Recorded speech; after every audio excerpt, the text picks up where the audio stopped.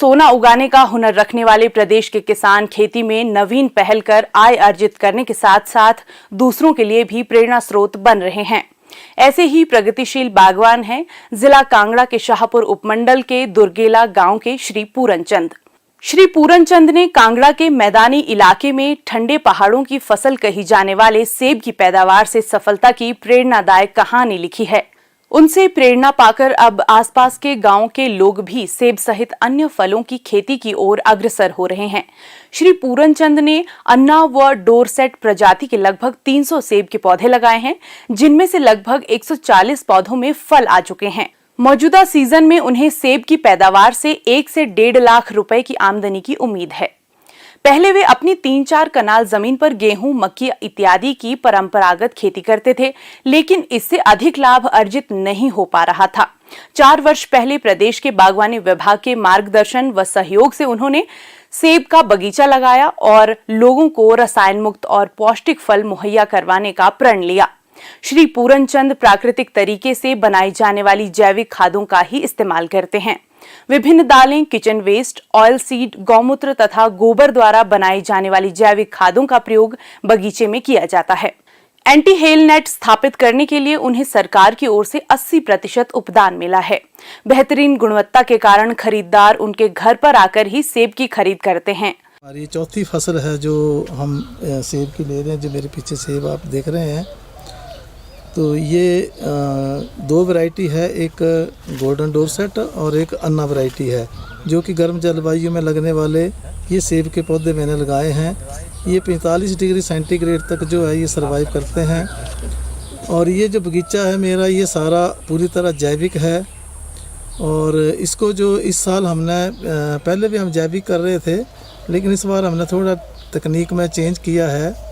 हमें एक तकनीक मिली थी ताराचंद बेल जी कृषि तकनीक, वो पूरा वैज्ञानिक तरीके से हमारी वो खेती हम करते हैं, जिसका बेस है देसी गाय के गोबर और गौमूत्र पर आधारित है।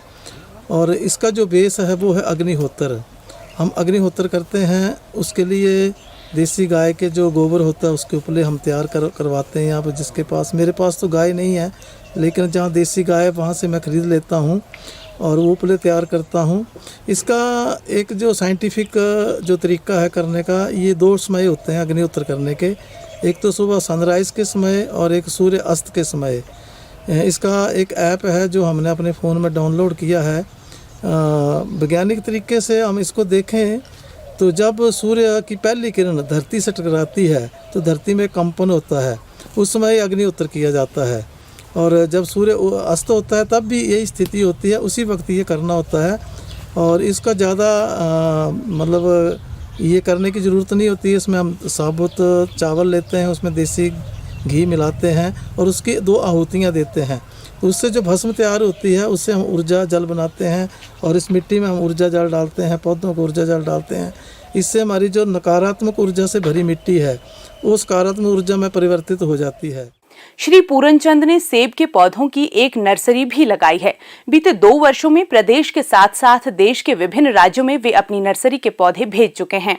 महाराष्ट्र, गुजरात, मध्य प्रदेश, राजस्थान सहित प्रदेश के पड़ोसी राज्यों में वर्ष 2022-23 के दौरान 20,000 पौधों की आपूर्ति कर चुके हैं। वर्तमान में उनकी नर्सरी में लगभग 40,000 पौधे लगे हुए हैं। उन्होंने गांव के 6-7 लोगों को रोजगार भी उपलब्ध करवाया है।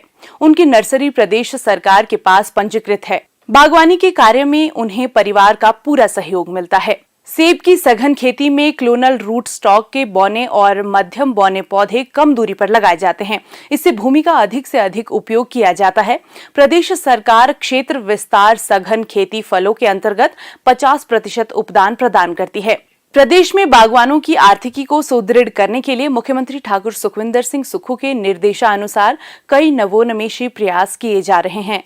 इन नवीन प्रयासों के फलस्वरूप प्रदेश के युवा अब कृषि और बागवानी की ओर रुख कर रहे हैं। हिमाचल समाचार देखने के लिए सब्सक्राइब करें YouTube channel information and public relations department HP, follow करें ट्विटर @DPR-HP, लाइक करें Facebook page information and public relations department Himachal Pradesh, visit करें वेबसाइट www.himachalpr.gov.in। इस अंक में इतना ही। कल फिर होगी मुलाकात। दीजिए इजाजत। नमस्कार।